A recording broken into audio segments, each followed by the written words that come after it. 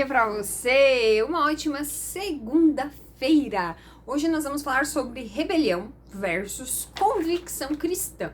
Mas para isso eu preciso que você esteja com a sua lição na mão, acompanhando comigo o que diz a nossa lição.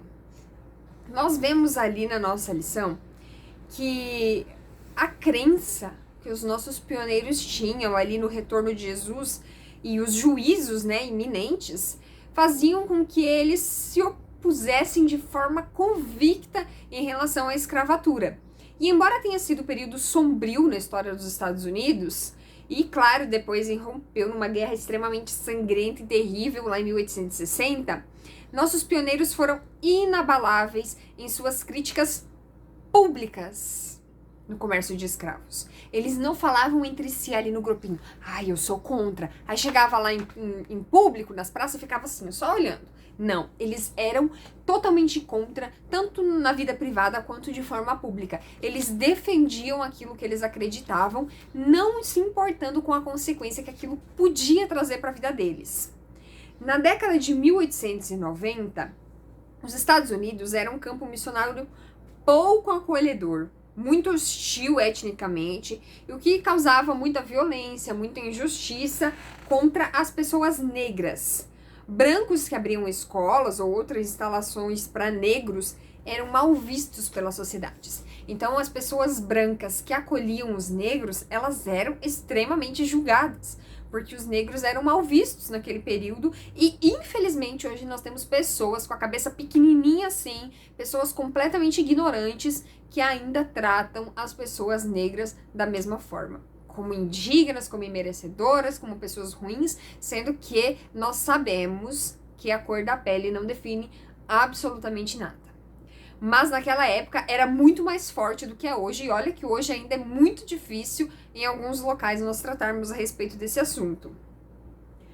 Aos 44 anos, em meio a toda uma tensão de violência, Ellen White, que tinha um filho rebelde, tá vendo que nem tudo são flores na vida ali dos pioneiros, ela tinha um filho rebelde e o nome dele era Edson. Só que ali naquele período ele experimentou uma verdadeira conversão e ele sentiu-se chamado a atender às necessidades dos estados do sul.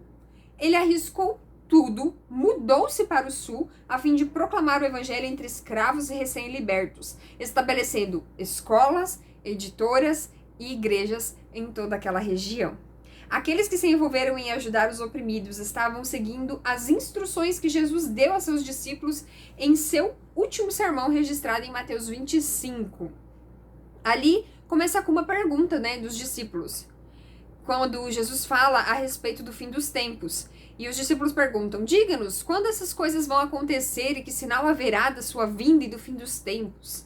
Então o capítulo 25 vai trazer ali 3 parábolas a respeito disso, que vão se relacionar à segunda vinda.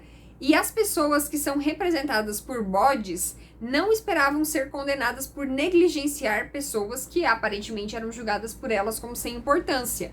E aquelas que são representadas por ovelhas não esperavam ser recompensadas pela maneira como ajudaram os párias da sociedade, pois não fizeram isso para obter reconhecimento público.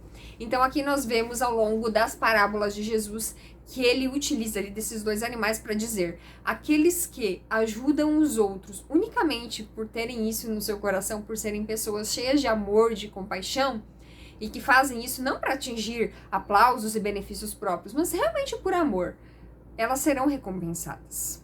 E aqueles que olham para alguém e falam, não vou pregar evangelho para aquele ali, não vai me ouvir, é melhor eu não perder meu tempo. Essas pessoas, em algum momento, elas serão cobradas por terem negligenciado a pregação do evangelho. Que nós possamos ser as ovelhas e não os bodes. Que em nosso coração tenha um desejo verdadeiro de amar e de cuidar de todas as pessoas. Eu espero você aqui amanhã para continuarmos a nossa semana de estudos, mas não esqueça de compartilhar esse vídeo com a galera lá da sua classe. Eu dou,